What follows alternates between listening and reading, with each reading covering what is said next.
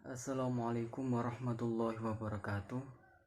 Saya Diputra Alamsyah, NIM E2019-3162. Di sini saya akan memberikan tanggapan saya mengenai video pembelajaran dari Bapak dosen, yaitu mengenai ekonomi tertutup dengan kebijakan pemerintah, atau disebut dengan ekonomi 3 sektor. Ya baik, pada pertemuan sebelumnya kita telah membahas tentang perekonomian 2 sektor, yang dimana perekonomian 2 sektor adalah perekonomian yang terdiri dari sektor perusahaan dan juga rumah tangga. Nah, pada kesempatan hari ini saya akan memberikan materi tentang ekonomi 3 sektor atau perekonomian tertutup dengan kebijakan pemerintah. Ya baik, langsung ke pembahasannya, yaitu yang pertama, pengertian ekonomi 3 sektor. Apa yang dimaksud dengan ekonomi 3 sektor? Ekonomi 3 sektor adalah perekonomian yang meliputi kegiatan dalam sektor perusahaan, sektor rumah tangga, dan juga sektor pemerintahan. Nah, beda halnya dengan perekonomian 2 sektor, perekonomian 3 sektor ini terdapat campur tangan dari pemerintah, yaitu pemerintah tersebut memberikan subsidi kepada sektor perusahaan maupun sektor rumah tangga. Lalu bagaimana siklus perekonomian 3 sektor itu? Nah, di dalam siklus perekonomian 3 sektor terdapat beberapa sektor, diantaranya yaitu sektor perusahaan, sektor pemerintah, dan juga sektor rumah tangga, yang dimana masing-masing sektor tersebut memiliki sisi pengeluaran dan juga sisi pendapatan. Yang dimana sisi pendapatan atau sisi pengeluaran dari sektor perusahaan, yaitu sektor perusahaan mengeluarkan sebuah pajak kepada pemerintahan, yang kemudian dari sektor pemerintahan mengeluarkan sebuah gaji dan upah kepada rumah tangga. Nah, gaji dan upah tersebut diperoleh oleh rumah tangga karena bekerja dari sektor pemerintah. Nah, lalu dari sektor rumah tangga mengeluarkan sebuah tabungan kepada lembaga keuangan sebagai pinjaman atau penanaman modal yang kemudian diinvestasikan kepada perusahaan.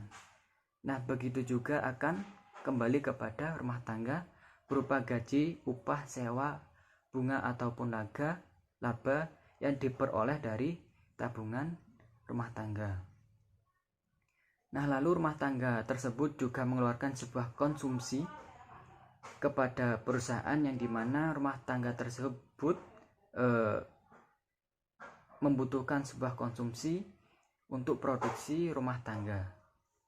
Nah, lalu dari sisi pendapatan, dari sektor perusahaan ini mendapatkan sebuah modal atau investasi dari pemerintah, karena pemerintah tersebut membutuhkan konsumsi yang berasal dari perusahaan. Dan lalu dari sektor pemerintah ini mendapatkan, atau dari sisi pendapatan, pemerintah ini mendapatkan sebuah pajak dari sektor perusahaan dan juga sektor rumah tangga.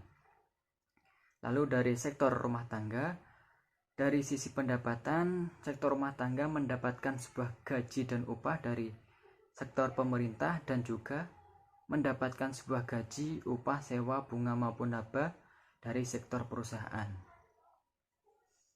Nah, lalu apa perubahan yang timbul dari adanya campur tangan pemerintah ini?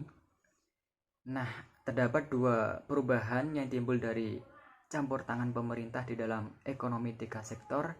Antara lain yaitu yang pertama, pungutan pajak yang dilakukan oleh pemerintah itu akan menambah pengeluaran agregat pada industri rumah tangga. Nah, jadi adanya campur tangan pemerintah ini akan menambah sebuah pengeluaran agregat pada sebuah industri dan juga rumah tangga. Lalu pada perubahan yang kedua, yaitu sebuah pajak memungkinkan pemerintah melakukan pembelanjaan, dan ini akan menaikkan pembelanjaan agregat. Nah, jadi pada perubahan kedua ini, adanya campur tangan pemerintah akan memungkinkan pemerintah untuk melakukan perbelanjaan, dan pembelanjaan itu akan menaikkan pembelanjaan agregat. Lalu materi selanjutnya yaitu aliran baru dalam sirkulasi aliran pendapatan. Yaitu yang pertama, pembayaran pajak oleh rumah tangga pada perusahaan kepada pemerintah. Nah, jadi sebuah pemerintah akan mendapatkan pendapatan yang diperoleh dari pembayaran pajak oleh rumah tangga dan juga perusahaan. Nah, jadi pembayaran pajak tersebut akan menambah pendapatan dari pemerintah. Kemudian aliran kedua yaitu pengeluaran pemerintah ke sektor perusahaan. Nah, artinya pemerintah ini akan membeli barang dan jasa yang diproduksi dari perusahaan. Lalu aliran ketiga yaitu aliran pendapatan dari sektor pemerintah ke rumah tangga dan industri. Nah, pada aliran ketiga ini pembayaran atas penggunaan faktor-faktor produksi, rumah tangga, dan industri oleh pemerintah. Nah, jadi pemerintah akan membayar kepada rumah tangga dan industri yang berasal dari penggunaan faktor-faktor produksi yang dilakukan oleh pemerintah kepada rumah tangga dan industri.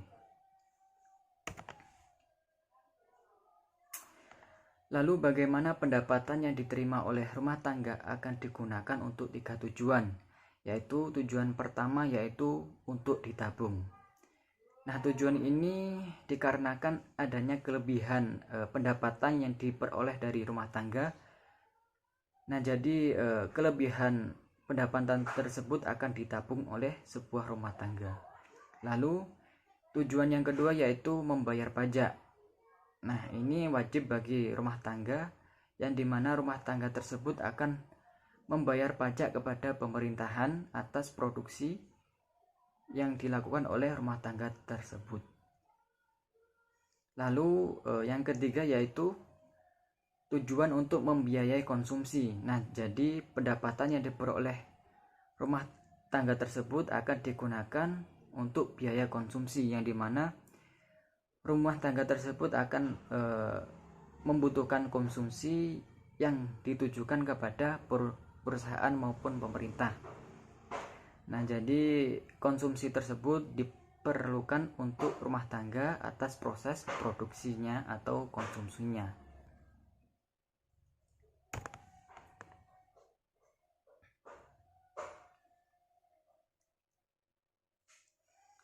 Lalu bagaimana dengan syarat keseimbangan dari ekonomi 3 sektor ini? Nah, syarat keseimbangannya yaitu penawaran agregat sama dengan agregat demand. Nah, jadi di dalam perekonomian yang tidak melakukan perdagangan LN, artinya AS sama dengan pendapatan atau penawaran agregat sama dengan pendapatan. Nah, sehingga pada keseimbangan pendapatan nasional berlaku persamaan C plus I plus G sama dengan C plus S plus T. Nah, artinya I plus G adalah suntikan dan S plus T adalah bocoran. Dan apabila C pada tiap ruas dikurangkan, maka berlaku I plus G sama dengan S plus T. Atau industri plus government sama dengan save plus pajak atau tabungan plus pajak. Lalu bagaimana pajak langsung dan tidak langsung dari ekonomi 3 sektor tersebut? Nah, di sini terdapat pajak langsung dan pajak tidak langsung, yang dimana pajak langsung ini yaitu jenis pungutan pemerintah yang secara langsung dikumpulkan dari pihak yang wajib membayar pajak. Yang kedua yaitu pajak tidak langsung, yang dimana pajak ini akan dibebankan pada atau dapat dipindahkan kepada orang lain. Lalu bagaimana dengan bentuk-bentuk pajak pendapatan tersebut? Nah, di sini terdapat 3 bentuk, yang dimana yang pertama pajak regresif, yaitu persentase pajak turun ketika pendapatan naik. Yang kedua yaitu pajak proporsional, artinya yaitu persentase pajak tetap untuk berapapun tingkat pendapatan. Lalu bentuk yang ketiga yaitu pajak progresif.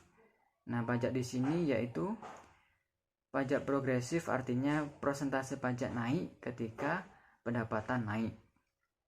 Lalu materi selanjutnya yaitu efek pajak terhadap konsumsi dan tabungan. Nah, di dalam efek pajak di sini terhadap konsumsi dan tabungan, pajak akan menurunkan pendapatan disposable sejumlah pajak, sehingga pendapatan disposable sama dengan pendapatan dikurangi pajak, karena pendapatan disposable ini turun, maka konsumsi dan juga tabungan akan turun.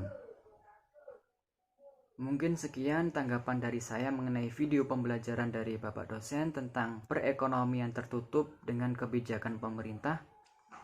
Kurang lebihnya mohon maaf. Wassalamualaikum warahmatullahi wabarakatuh.